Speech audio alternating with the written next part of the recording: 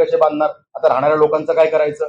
मग हा आडमुठा जो काही विषय होता त्याला सोडवण्याचा प्रयत्न केला, रिडेव्हलपमेंटला मान्यता पण दिली, आणि त्यापोटी जे काही चार्जेस एक्स्ट्रा घेत होते ते इतके मोठे चार्जेस होते की एकेका सोसायटीला 1-1 कोटी रुपये भरायला येत होते, आणि एक एक नागरिकावर जर का चार्जेस काढले तर 10 ते 15 लाख रुपये एका रहिवाशाला भरायला लागले. ते सगळे चार्जेस झिरो करून घ्यायचं काम त्या माध्यमातून आपण केलं, आणि लाखभर लोकांना याचा फायदा झाला. म्हणजे सिडकोच्या घरांचा प्रश्न सोडवला, त्यात 3 लाखांपेक्षा जास्त लोकांना फायदा, बीएमटीसी कर्मचारी 1600 लोकांना फायदा, नैनाचं रजिस्ट्रेशन लाखभर लोकांना फायदा, नैनाच्या शेतकऱ्यांचा प्रश्न चुकलेलं प्लॅनिंग लाखभर लोकांना फायदा. त्याच्यानंतर हा जो विषय सांगितला आपण त्याच्यामध्ये 450 हेक्टर जमीन डिनोटिफाईड केले, हजारो शेतकऱ्यांना फायदा. असं मास बेस निर्णय की जनसामान्यांच्या जीवनावर थेट परिणाम करेल असे हे अनेक निर्णय.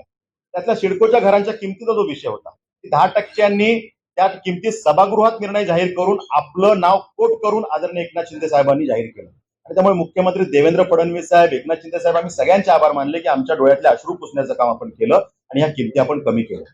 आता त्याच्यामध्ये ज्या काही अडचणी होत्या त्या आपण सोडवण्याचा प्रयत्न आम्ही पाठपुरावा करत होता. सिडकोची बैठक झाली, त्यात त्याचे निर्णय पण आम्ही करून घेतले की त्या डिले पेमेंट चार्जेस होते, म्हणजे डिले पेमेंट सिडकोकडनं सरकारचा झालेला निर्णय खाली पोहोचण्यासाठी उशीर झाला, आणि त्यामुळे त्या डिले पेमेंटचे चार्जेस तयार झाले की आज आम्हाला पैसे भरायचे पण सरकारने 10% सूट केली, ते खाली पोहोचवायला सिडकोकडे उशीर झाला जीआर त्यांच्या अडचणींमुळे, आणि मग ते म्हटले की आता पेमेंट ती ऑनलाईन सिस्टम मध्ये ती विंडोज ओपन होत नाही, त्याच्यामुळे पेमेंट डिले झालं. डिले पेमेंट चार्जेस ग्राहकांवर मारले. सिडकोची वेबसाईट अनेक काळ डाऊन होती, बंद होती, त्याचे चार्जेस ग्राहकांवर डिले पेमेंट चार्जेस मारले. त्याचबरोबरीनं तिथे जर का सिडकोचं जे काही रेरा रजिस्ट्रेशन आहे त्याची मुदत संपली होती, रिन्यू करायला सिडकोला उशीर झाला, पण त्याचे डिले पेमेंट चार्जेस ग्राहकांवर मारले. त्या ठिकाणी तुमचे जी काही सिडकोची कम्प्लिशन डेट आहे ती 3-3 वेळा बदलते, एकदा 25 सांगतात, एकदा 27 सांगतात, आता 30 सांगतायत. ते केल्यामुळे बँक म्हणते ही सगळी असंदिग्धता आहे, आम्हाला एकदा कन्फर्म सांगा तर आम्ही लोन देऊ. तर ते बँकेकडनं त्यात ह्या सगळ्या सिडकोच्या चुकांमुळे उशीर झाला, आणि त्यामुळे डिले पेमेंट चार्जेस नागरिकांवर मारले. हे सगळे डिले पेमेंट चार्जेस रद्द केले पाहिजेत ही मागणी आपण करतोय. आज सिडकोची बैठक झाली, त्यात सकारात्मक उत्तर मिळालंय, त्यामुळे त्यातही चांगला निर्णय होईल की डिले पेमेंट चार्जेस रद्द होतील अशी स्थिती आहे. त्याचबरोबरीनं जीएसटीचा विषय होता की हे रेट आम्ही घरांचे कमी करून घेतले, आणि मग ज्यांनी पूर्वी पैसे भरले त्याच्यावरती जीएसटी भरलाय, जीएसटी त्यांना परत मिळायला पाहिजे. सिडको म्हणते आता आमचे रिटर्न्स भरून झाले. म्हटलं तुम्ही दोघं गव्हर्नमेंट अथॉरिटी आहात, तुम्ही कसं ते परत मिळवायचं तुमचा विषय आहे, त्याची क्रेडिट नोट तयार करा. तुमचा कोण तज्ञ आहे त्याला विचारा, आम्हाला जेवढी अक्कल आहे आम्हाला समजते की क्रेडिट नोट तयार केली तर तुम्हाला पुढच्या जीएसटी मध्ये त्याचं कम्पन्सेशन मिळू शकेल. तर ते त्यांना पटलं, म्हणतात हो आता आम्ही ते क्रेडिट नोट तयार करतो. त्यामुळे 2 प्रकार, ज्यांनी जीएसटी भरला त्याची किंमत 45 लाखाच्या वरती पण आहे, त्याला तो जीएसटीचे जे काही पैसे परत मिळायचे ते ऍडजस्ट करून मिळतील, हा पहिला विषय. आणि ज्याची किंमत 45 लाखाच्या खाली आली 10% सूट मिळाल्यामुळे, त्याला तर डायरेक्टली 5% जीएसटी लागत होतं, तो फक्त 1% लागणार, 4% त्याचे वाचणार. जर का त्याच्या घराची किंमत 50 लाख रुपये असेल तर 5-24 2-2 लाख रुपये हे एक्स्ट्रा त्याचे वाचणार आहे. ते 10% तिकडे वाचले, आणि जीएसटीचे पैसे आणि अन्य पैसे मिळून त्याची जर का सूट मोजली तर 15-16% त्या प्रत्येक लाभार्थ्याची सूट जाते अशी स्थिती आहे. त्यामुळे हा एक निर्णय आम्ही मागितला. मी दुसरं सांगितलं की ईडब्ल्यूएसच्या घरांचं रजिस्ट्रेशन आपण 1000 रुपयात करता, आणि ते एलआयजी असेल तर आपण त्याला नियम लावता की 6% स्टॅम्प ड्युटी पाहिजे. आम्ही म्हटलं तुम्ही प्रस्ताव बनवून महसूल खात्याला पाठवा, आम्ही प्रयत्न करू, कारण दोन्ही हा घरांचा आकार सेम आहे. ईडब्ल्यूएसची पण घरं 322 फुटाची आणि एलआयजीची घरं पण तेवढीच, मग स्टॅम्प ड्युटी वेगळी का लावता. ते जर का त्याचे काही 5% वाचू शकले तर तो एक मोठा विषय त्यात होईल. त्यामुळे आम्ही प्रयत्न करतोय की त्याचं पण रजिस्ट्रेशन 1000 रुपयात व्हावं, आमचा प्रयत्न आहे. त्यामुळे त्याचाही पाठपुरावा आपण त्या ठिकाणी करतो. मेंटेनन्स चार्जेस कुठलेही घेणार नाही असं सिडकोने ऍड मध्ये सांगितलं. ती ऍड बघून लोकांनी घरं घेतली, आणि सिडकोने त्याला 80,000 90,000 मेंटेनन्स चार्जेस लावले. लिफ्टचे चार्जेस, वॉटर सप्लाय आतमध्ये आणण्याचे कनेक्शनचे चार्जेस, इलेक्ट्रिसिटीची सिस्टम उभारण्याचे चार्जेस, असे सगळे चार्जेस लावले. आम्ही त्यांना सांगितलं तुम्ही जर का ऍड मध्ये दिलंय की कुठलेही छुपे चार्जेस घेणार नाही, मेंटेनन्स चार्ज घेणार नाही, तर ते तुम्ही फॉलो केलं पाहिजे, आणि ते चार्जेस तुम्ही घेता कामा नये. आणि तुम्ही सेक्टर डेव्हलपमेंट, तिथलं नोड डेव्हलपमेंट किंवा त्या पूर्ण एरियाची डेव्हलपमेंट, शहर सिटी इन्फ्रा डेव्हलपमेंट मध्ये तुम्ही हे सगळे चार्जेस टेंडर प्लॉटवरती लोड केलेले असतात. जो बिल्डरला प्लॉट विकतात त्यात ह्या सगळ्या डेव्हलपमेंटचे पैसे टेंडर प्लॉट मध्ये लोड केलेले असतात.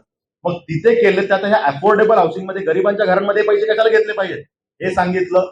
तर त्यामुळे त्यातही सकारात्मक मार्ग ओपन झालेला आहे आणि त्यामुळे ते चार्जेस सुद्धा कमी होतील, रद्द होतील, अशी काही स्थिती होईल, आम्ही रद्द करण्याची मागणी केली. त्यामुळे अशा पद्धतीनं ते विषय आम्ही त्या ठिकाणी मागितलेले आहेत.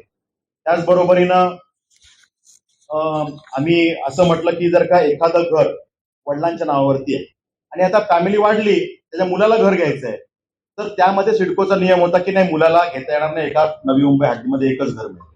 पण ऑलरेडी नगरविकास खात्याने यांना पहिले पत्र पाठवले, मी त्यांना दाखवलं, हे तुमचंच कम्युनिकेशन आहे, तुमचं आम्हाला दाखवायला लागतं.